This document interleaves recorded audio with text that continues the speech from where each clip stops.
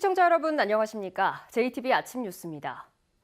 대기 정체가 이어지면서 공기가 탁합니다. 밤사이 익산과 군산 등 곳곳에 초미세먼지 주의보가 내려졌고 낮부터는 국외 오염물질이 추가로 유입돼 먼지 수치는 더 높아질 것으로 보입니다.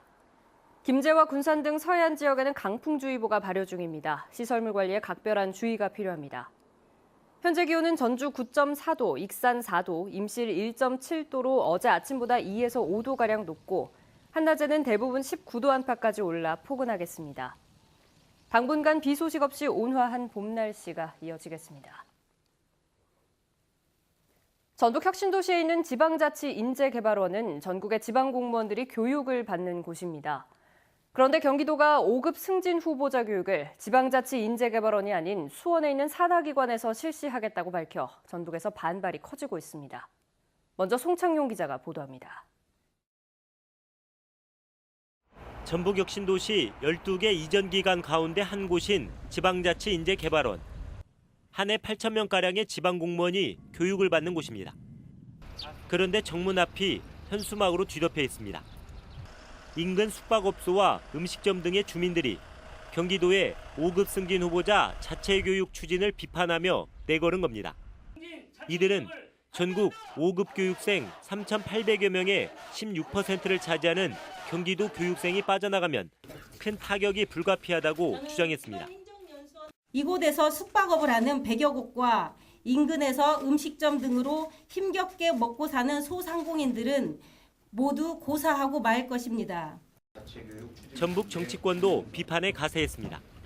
전북 도의원들은 경기도가 지방자치인재개발원의 시설이 포화 상태여서 자체 교육을 추진하고 있다고 밝혔지만 몇 년만 지나면 자연히 해소될 문제라고 주장했습니다.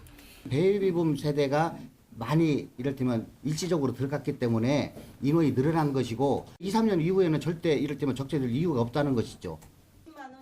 전북에서 반발이 커지고 있지만 경기도는 입장을 바꾸지 않고 있습니다. 지난 15일 행정안전부에 자체 교육 승인을 요청했기 때문에 처리 결과를 지켜보겠다고 밝혔습니다. 인재개발원이 작년에도 이제 최우수상을 받은 상황이라서 건의는 지금 계속 하고 있는 상황입니다. 경기도가 자체 교육을 계속 추진하는 상황에서 주민들은 오는 29일에 행정안전부 앞에서 집회를 열 계획이어서 당분간 갈등이 이어질 것으로 보입니다. JTBC 뉴스 송창용입니다. 혁신도시를 만든 취지는 공공기관을 이전해 지역을 균형 있게 발전시키자는 겁니다. 그런데 이런 근본 취지의 역행에서 전북의 이전 기관들을 흔들고 기능과 조직을 축소하고 쪼개려는 움직임이 끊이지 않고 있습니다. 권대성 기자입니다. 5급 승진 공무원 교육을 지방자치인재개발원에 맡기지 않고 자체적으로 하겠다고 한 경기도. 이 요청이 허용되면 경기도처럼 하겠다는 시도가 이어질 가능성이 큽니다. 저희들도 이제 그런 걸 걱정하는 거죠.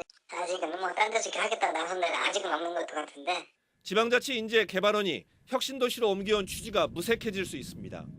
경기도의 논리는 국가 경쟁력 강화 차원에서 지방자치인재개발원을 지방혁신도시로 이전한 국가 균형 발전의 근본 취지를 퇴색시키는 주장이다. 전북혁신도시 이전 기관들의 기능을 축소하려는 움직임은 이번만이 아닙니다. 기금운영본부는 줄곧 서울 제2전 주장에 시달려왔습니다. 일부 언론과 금융권은 논두렁 기관 같은 거친 표현을 써가며 전주 이전을 깎아내리고 있습니다. 한국농수산대학은 분교를 만드는 용역이 진행되면서 반발을 샀습니다. 농림부 장관이 전북의 우려를 반영하겠다고 진화에 나서면서 잠잠해졌어도 불씨는 살아있습니다. 균형 발전과 혁신 도시의 성장에 보탬이 될 수 있도록 기능을 보강하고 추가적인 기관 이전을 하는 그런 어떤 노력들이 보다 필요하다 하는 생각을 갖고 있습니다. 이른바 혁신도시 시즌2 사업과 공공기관의 추가 이전까지 추진되는 마당에 혁신도시 조성 목적과 어긋나는 움직임에 정부의 강력한 의지 표명이 시급합니다. JTBC 뉴스 권대성입니다. 군산의 한 농협이 2,000명으로 추산되는 무자격 조합원에게 조합장 투표권을 줘 선거의 공정성이 의심받고 있는데 이 정도 수치면 재선거 대상인 것으로 분류됐습니다. 그만큼 사안이 심각하다는 뜻입니다. 김철 기자입니다. 군산의 이 농협은 지난 13일 조합장 선거 때 농사를 짓지 않아 자격이 없는 조합원에게도 조합장 투표권을 줬습니다. 무자격 조합원은 2,000명으로 추산됩니다. 통보 온 게 지금 대략 얼마쯤이냐 이거죠, 숫자가? 지금 2,000명 정도를 추정을 하고 있는 거죠. 2,000여 명도로 추정을 해. 근데 그것은 실제로 받아봐야 알죠. 농협중앙회가 무자격 조합원을 정리하지 않은 단위 농협을 제재하는 양정 기준을 살펴봤습니다. 무자격 조합원이 2,000명을 넘으면 개선, 즉 선거를 다시 치르고 담당 직원은 면직의 중징계를 받게 됩니다. 만약 무자격 조합원이 1,000명에서 2,000명 이하라면 조합장은 직무정지, 직원은 정직으로 역시 중징계에 해당합니다. 이번 사태가 얼마나 심각한지 짐작할 수 있습니다. 그러나 해당 농협이 규정대로 중징계 절차를 밟을지는 미지수입니다. 농민단체는 조합장 선거의 공정성을 해친 이 농협을 고발할 예정입니다. 농협의 그 오랜 그 적폐 중에 하나인 무자격 조합원 정리를 하려고 하고 있습니다. 해당 조합에서 무자격 조합원 정리를 제대로 안 했을 때 저희 그 군산시 농민회 차원에서 고발을 하려고 합니다. 해당 농협이 이번 사태와 관련해 조합장과 직원을 중징계하지 않을 경우 농협중앙회가 어떤 반응을 내놓을지 주목됩니다. JTB 뉴스 김철입니다. 그동안 한국전쟁 민간인 희생자들의 진상은 땅속에 묻혀 있었는데요. 최근 임실군이 희생자들의 위령 사업을 위한 조례안을 마련했고 전주시는 8월부터 유해 발굴 작업에 들어가기로 했습니다. 주희인 기자가 보도합니다. 1951년 군경에게 희생된 주민 500여 명의 매장지로 추정되는 임실 청옥면의 부흥광산입니다. 진실화해위원회가 꼽은 전북의 유력한 유해 매장 추정지 가운데 하나로 60여 년이 지난 지금까지 발굴은커녕 위령탑 하나 세우지 못했습니다. 최근 임실군이 민간인 희생자들의 지원 사업을 추진하기 위한 조례안을 마련했습니다. 군의회도 긍정적인 만큼 조례 제정에는 큰 문제는 없을 것으로 보입니다. 지금 현재 입법 예고를 마치고 임실군 조례규칙 심의에 상정된 상태입니다. 그리고 의회에 또 상정해서 또 심의를 받고 이런 공포를 하는 절차가 남아 있습니다. 조례안은 위령 사업을 포함해 민간인 희생자와 관련된 사업에 예산을 지원할 수 있는 근거를 담고 있습니다. 조례가 통과가 돼야 예산도 세워주고 이렇게 하는 거거든요. 때문에 우리는 어떻게든지 그 조례가 통과되기를 기다리고 있는 형편이죠. 한국전쟁 당시 국군에게 처형당한 전주 형무소 재소자들의 유해 매장지로 추정되는 전주의 황방산. 이곳이 도로공사로 훼손될 위기에 처하자 전주시는 8월부터 발굴에 들어가기 위해 5월에 표본 조사를 실시할 계획입니다. 공사로 인해서 그 추정지가 훼손될 우려가 있다. 근데 그런 취지로 제가 의회에서 집행부에 관심을 촉구를 했었고 거기에 대해서 이제 전주시에서 응답을 해서 억울하게 숨진 민간인 희생자들에 대한 진상규명이 속도를 내고 있습니다. JTB 뉴스 주혜인입니다. 가정에서 키우는 화분이 미세먼지를 줄이는 데 상당한 효과가 있는 것으로 나타났습니다. 어떤 식물이 얼마만큼의 효과를 내는지 하원호 기자가 알아봤습니다. 밀폐된 공간에 1세제곱미터당 300마이크로그램 농도의 초미세먼지를 주입합니다.